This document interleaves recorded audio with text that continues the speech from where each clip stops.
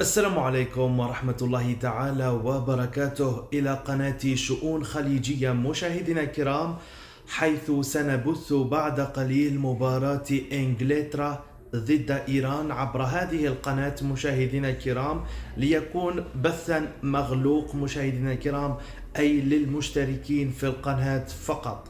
وستبث القناة كذلك المباراة ستبث عبر قناة بي ان سبورت ماكس وقناة الكأس وبي ان سبورت بريمير 1.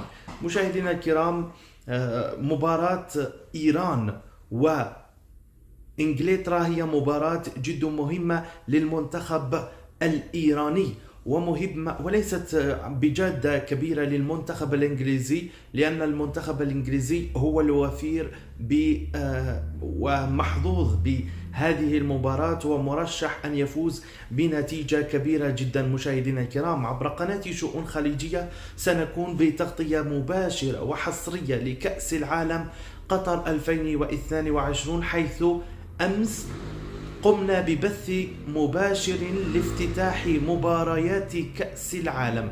تخيل معي، بثينا لمدة ساعتين كاملتان من مباراة كأس أو حفل الافتتاح كأس العالم قطر 2022، وكانت أرقام مهولة جدا في القناة.